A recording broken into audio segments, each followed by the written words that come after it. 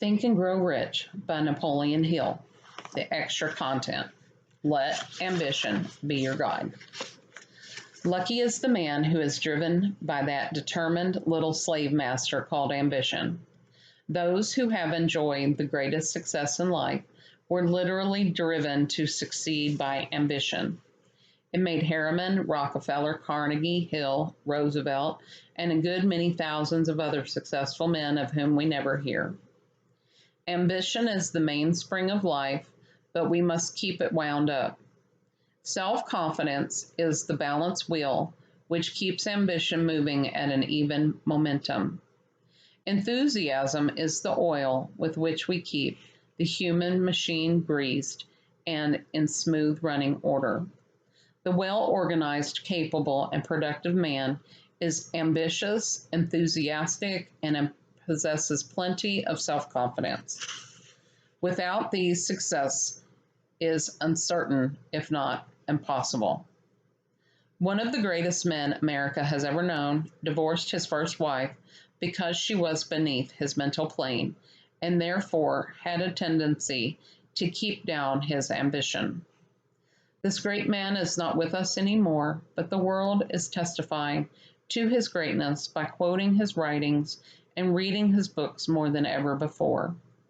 It is commonly known fact that his second wife was his chief source of inspiration, that she was responsible for keeping his ambition alive and constantly on the alert. That is why he married her. He foresaw the need for a constant attendant who would see to it that his ambition let him have no rest. Lucky is the man who has formed a partnership with such a wife. We all get lazy at times. We need someone to keep our ambition alive and spur us on to bigger and better accomplishment. The chief reason that I consent to my wife going back to the farm every summer is that while she is away, she constantly writes me letters which fire me with ambition. She understands me as few wives understand their husbands. She knows how necessary it is to constantly remind me of my chief aims in life, and she has a way of doing it which is pleasing and inspiring. When I secured my first $5,000 a year position, I thought I was fixed for life, and probably I would have been had it not been for that little master for whom I was slaving, ambition. My wife and ambition collaborated against me and made me resign that position for a bigger one. $5,000 a year would have satisfied me had it not been for my master, ambition. In my bigger and broader field, I serve 100 of my fellow men where I served one before, which means that I get 100 times as much enjoyment out of life as well as financial returns which are adequate in proportion to the service which I perform. In addition to my regular work, I lecture 3 times a week in one of the local colleges on the subject of advertising and salesmanship. The course is a heavy one covering a period of 10 months. The students are taught everything about advertising and selling that I can teach them, both from my own experience and from that of a score or more of able advertising specialists. The first lecture in the course is on the subject of the value of ambition. I use every ounce of influence that I possess to fire these young men and young women with an everlasting knowledge of the value of ambition, self-confidence, and enthusiasm. If I succeed no further than to cause my students to cultivate that wonderful power, ambition, my time and theirs will have been well spent in the effort. Ambition is what freed America from over the seas rulership. Once in my life, while I was working for a salary, I was discharged from my position. Just once. The head of the institution for which I worked told me that I was too ambitious. That was the greatest compliment anyone ever paid me, even though it cut me off temporarily from my bread and meat. I have always had my suspicions why this man fired me, although he claimed it was because his help were unanimously agreed that I ought to go. His help who objected to me was one of his brothers who had his eye on the general managership of the institution. He knew what ambition might lead me to. I have never blamed the brother, for he has a wife and 2 babies to support, and ambition on my part seemed to him a dangerous barrier between him and his coveted goal. That institution of which I write was organized nearly 20 years ago. It is doing a business of about $600,000 a year. Another institution engaged in the same line of business started in just 6 years ago on a capital of less than $6,000. I was formerly advertising manager of this institution. It does not discourage ambition. It is now doing a business of $1,500,000 a year and clearing more net profits every month than the other firm is doing in gross business.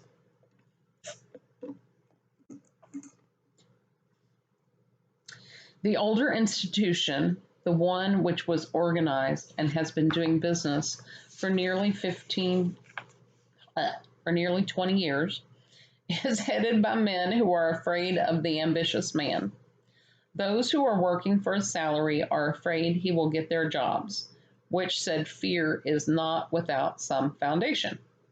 The head of the firm is afraid of the ambitious man because he is afraid he will find in him a competitor in business, which also is not without well-grounded foundation.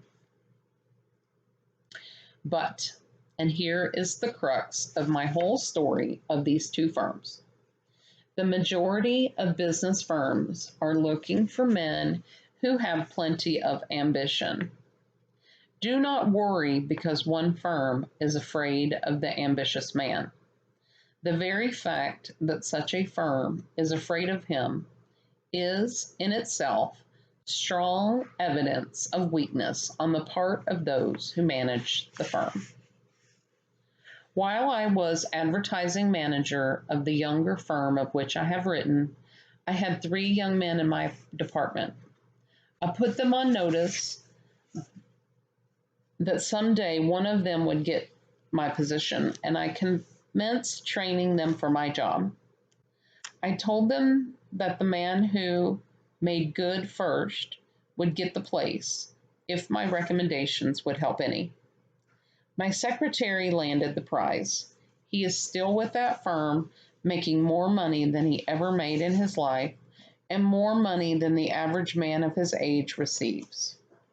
I did not discourage ambition for fear of losing my job. I encouraged it so that someone would grow to be big enough to push me out of the rut and into a bigger position. That is what happened, and I have no patience to speak of with the man who is so narrow that he is afraid to inspire ambition in his fellow workers.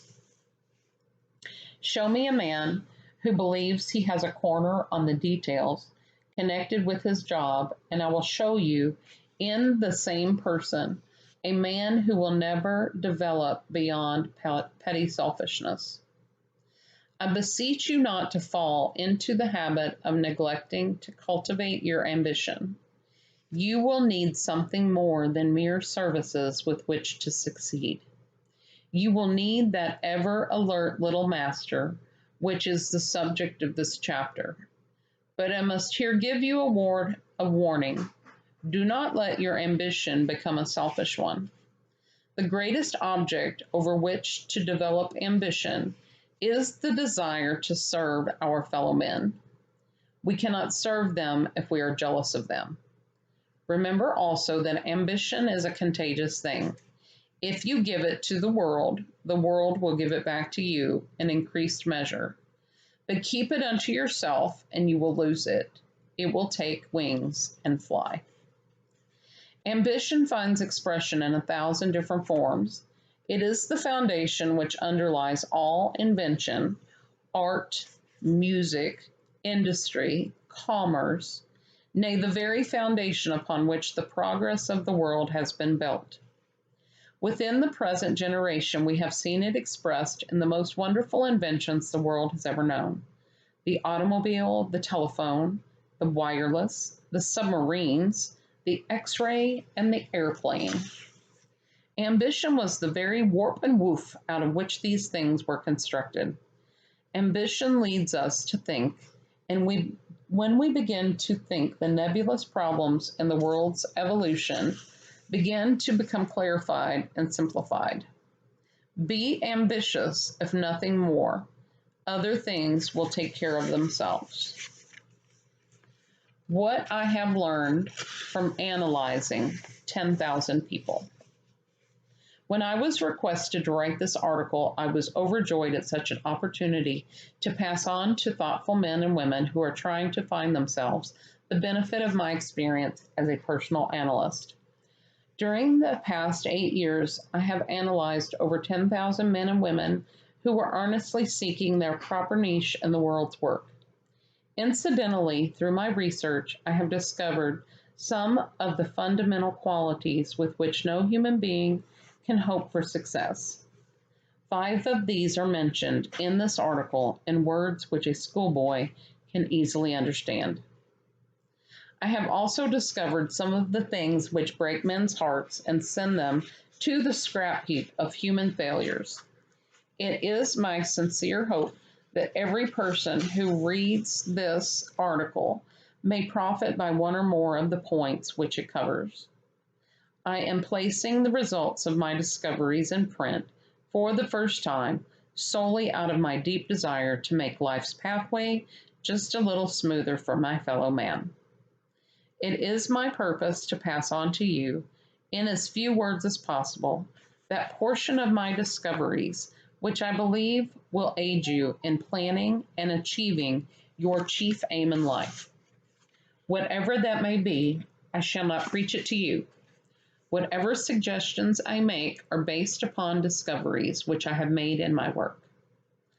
I believe it befitting to state that 20 years ago, I was working as a laborer at ages of $1 a day.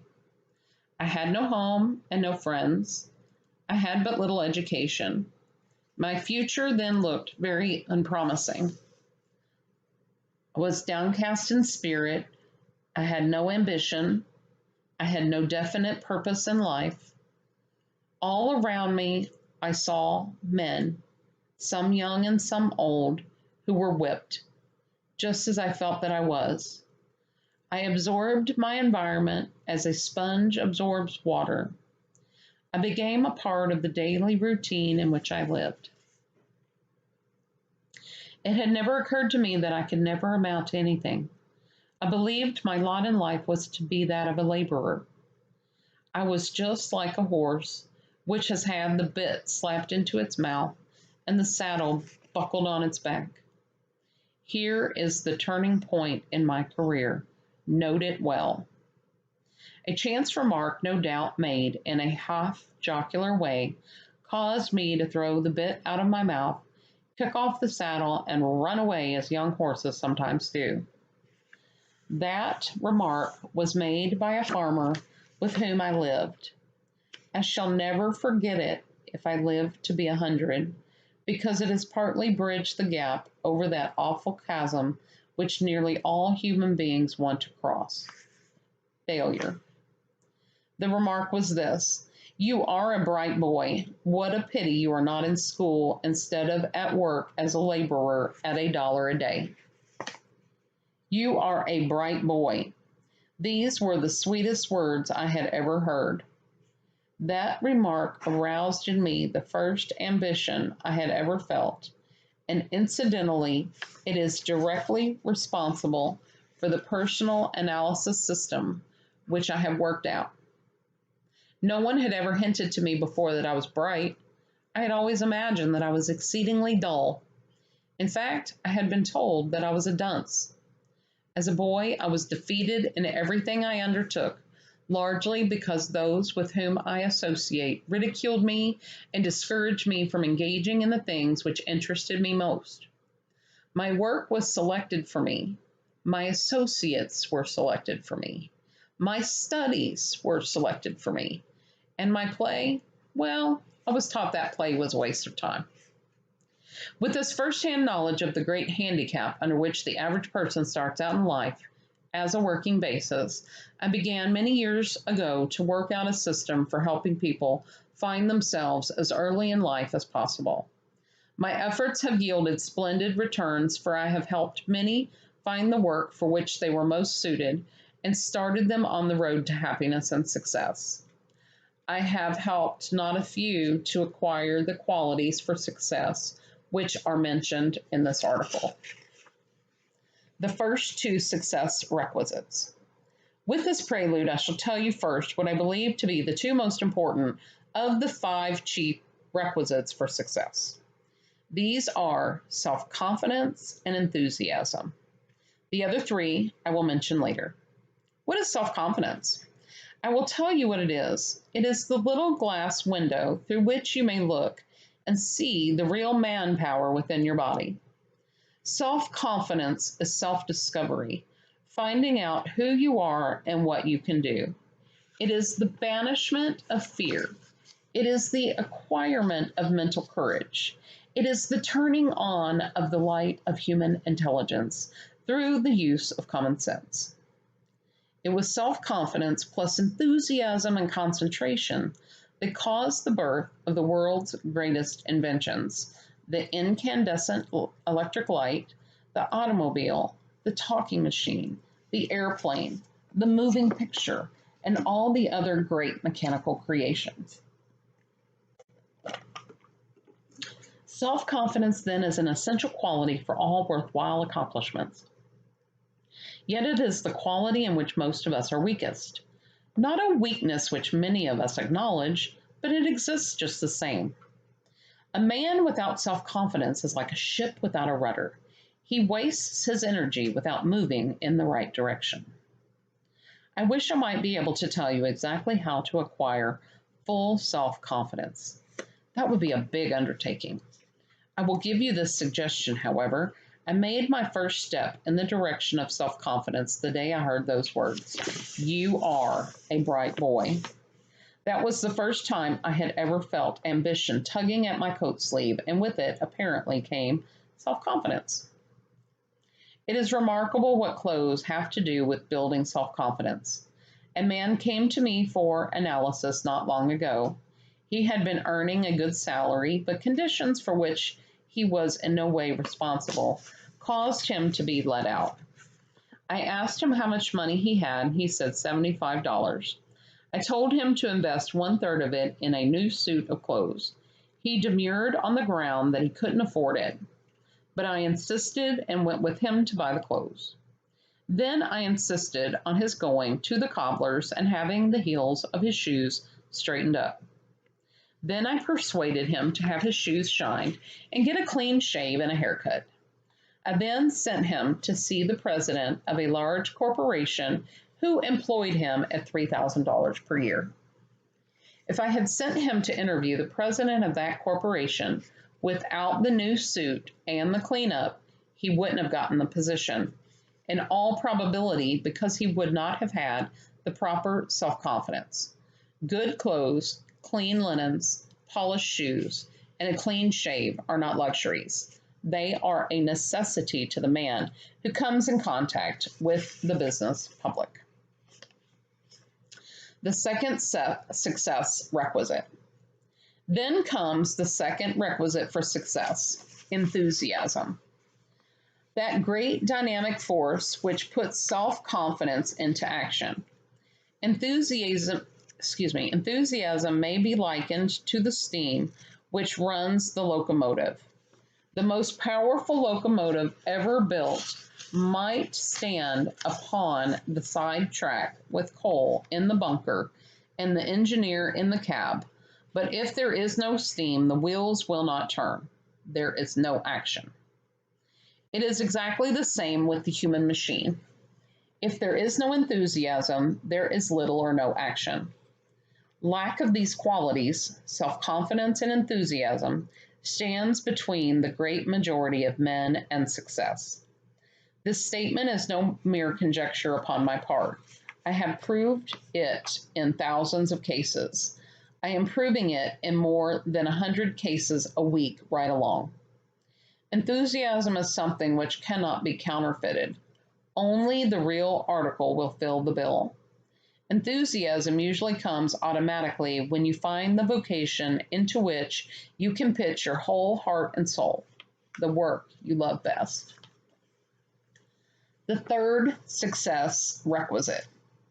The third requisite for success is a definite working plan, the habit of working with a chief aim in life. From my work as a vocational director, I have learned that most people have no such plan. Men who are working without a well-defined plan, without a predetermined objective, are going nowhere in particular, and most of them are getting nowhere. In my personal analysis chart, which all whom I examine must fill out, is this question: what is your chief aim in life? An actual tabulation of answers to this question shows that only 1 out of every 50 has any chief aim, but few have any sort of real aim, chief or otherwise, yet nearly all whom I have analyzed expect to succeed. Just when or how or in what work the majority of them do not undertake to say.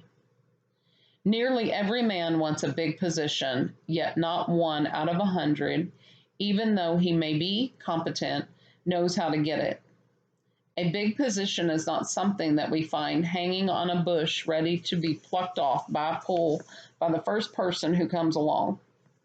It is the sum total of a number of smaller positions or tasks which we have efficiently filled, not necessarily with different firms, but as often as otherwise in the employment of one firm.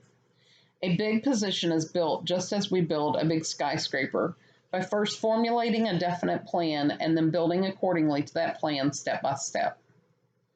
The possible exception to this rule is the man who gets into a big position through pull. There are exceptions to most rules, but the question to ask yourself is this: am I willing to go through life and take a chance on getting ahead on pull? Look about you, and I dare say you will find that for every man who is succeeding by pull, you may find 100 who are succeeding by push. There are varying degrees of success, just as there are different ideas as to what success is. But whether your idea of success is the accumulation of wealth or the rendering of some great service to mankind, or both, you will not likely achieve it unless you have a chief aim, a definite goal with a definite plan mapped out for reaching it.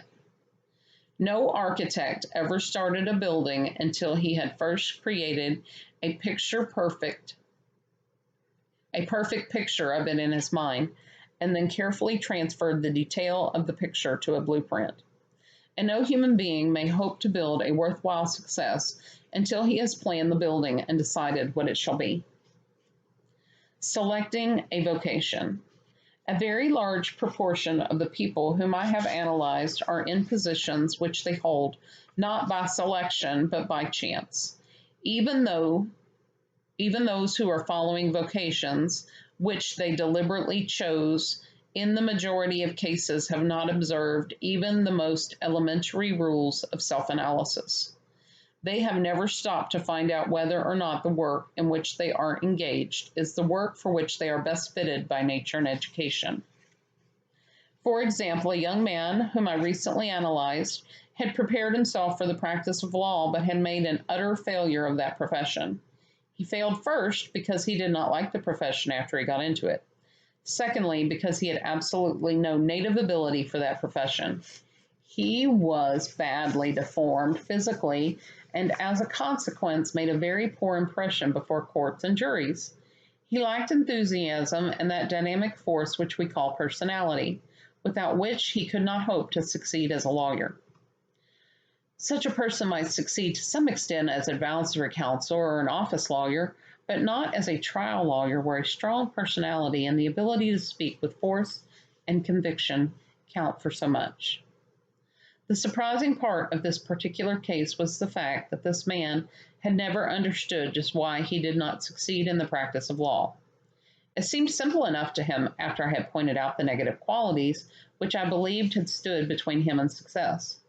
When I asked him how he came to take up law, he replied, "Well, I just had a hunch that I would like it. I just had a hunch that I would like it." Selecting a life work on a hunch is a dangerous thing. You wouldn't purchase a racehorse on a hunch. You would want to see him perform on the track. You wouldn't purchase a bird dog on a hunch. You would want to see him in action or know something of his pedigree. If you selected a bird dog in this haphazard way, you might find yourself trying to set birds with a bullpup. A court reporter whom I analyzed said to me, "My 15 years of experience have proved to me that a jury seldom tries the defendant, but instead they try the lawyers in the case. The lawyer who makes the best impression generally wins." Everyone who is familiar with court actions knows that this is too often true. You can see, therefore, what an important part personality plays in the practice of law. Mr. Carnegie says that his success is due largely to his ability to pick men.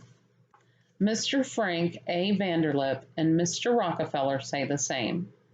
If you will stop and analyze all the successful men you know, you will probably find that they either possess all the requisites for success in the business in which they are engaged, or they know how to select men who will supply what they lack, men who are opposites in nearly every particular. Probably 50% of those who call themselves salesmen are of poor personal appearance, have weak faces, and speak without force. A salesman conveys to his prospective buyer a positive or negative influence according to his own personality and manner of approach in presenting his case. A man who is badly deformed, or the man who suffers from impediment of speech and otherwise makes a negative appearance, had better not take up oral salesmanship. If he can hide behind the written page, he may succeed, but in person, never. The fourth success requisite. The fourth success requisite is the habit of performing more service than you are actually paid for. It is the practice of the majority of men to perform no more service than they feel they are being paid to perform. Fully 80% of all whom I have analyzed were suffering on account of this great mistake.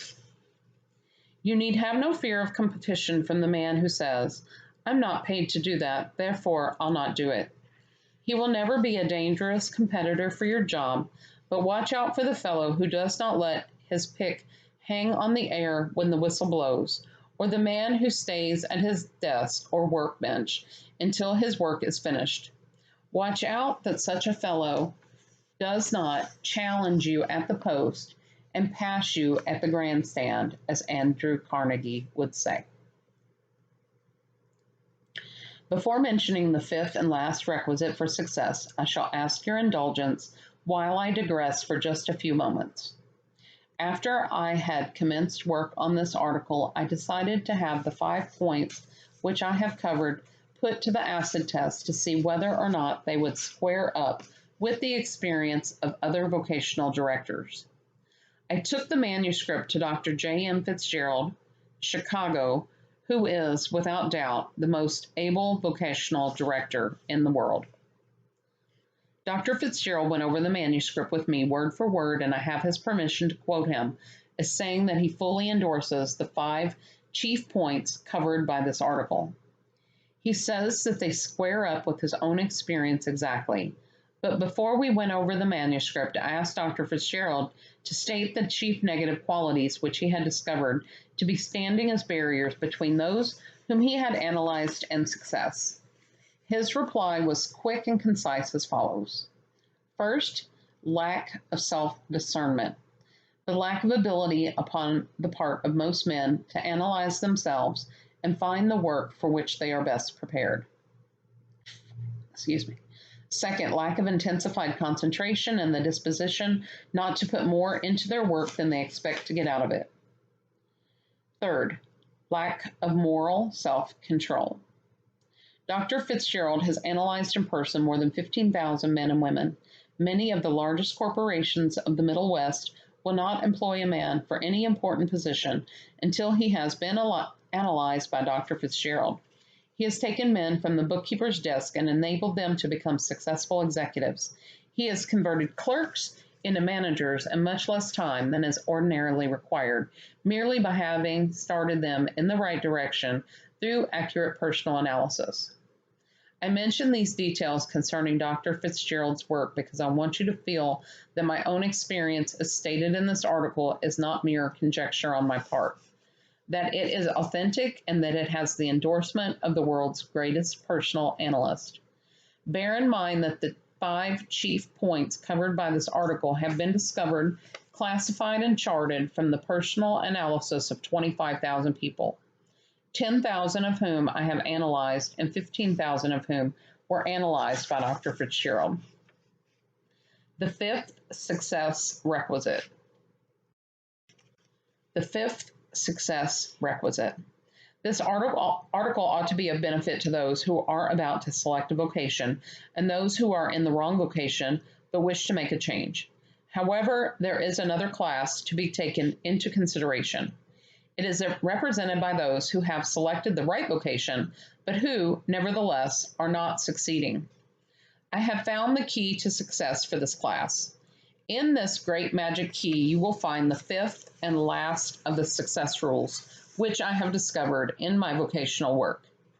In presenting to you this key, let me first explain that it is no invention of mine. This great magic key is a most wonderful, powerful, yet perfectly simple of operation. This great magic key is a most wonderful power, yet perfectly simple of operation. So simple that most people have failed to make use of it. We human beings are too prone to look askance at so simple a formula for success, a formula which will open the door to health and wealth, yet such a formula is the great magic key. Through the great magic key, we have unlocked the secret doors to all of the world's great inventions. Through its magic powers, all of our great geniuses have been produced. We will suppose that you desire a better position. The great magic key will help you attain it. Through its use, Carnegie, Rockefeller, Hill, Harriman, Morgan, and Guggenheim have accumulated millions of dollars in material wealth. You ask, what is this great magic key? And I answer with one word: concentration. To stop here would be insufficient. You must know how to use this great magic key. First, let me tell you that ambition and desire are the great dynamic powers which you must summon to the aid of concentration. They form the lock which this great key fits. Without ambition and desire, the great magic key is useless. The reason that so few people use the key is that most people lack ambition. Desire whatever you may, and if your desire is strong enough, the great magic key of concentration will help you attain it. If the object of your desire is something which it is humanly possible for you to attain. There are learned men of science who tell us that the wonderful powers of prayer itself operate through the principle of concentration, plus faith and strong desire. I am making no attempt to associate the great magic key with occultism or religion. I am treating it from the ordinary layman's viewpoint. I am dealing with it from actual knowledge that I have gained in carefully analyzing and charting over 10,000 people. We will assume that you are skeptical of the powers of concentration and desire. Let's put these powers to the test through a concrete example. For unless we do this, it would be just like telling you to be honest without telling you how to be honest. How to concentrate. First, you must do away with skepticism and doubt.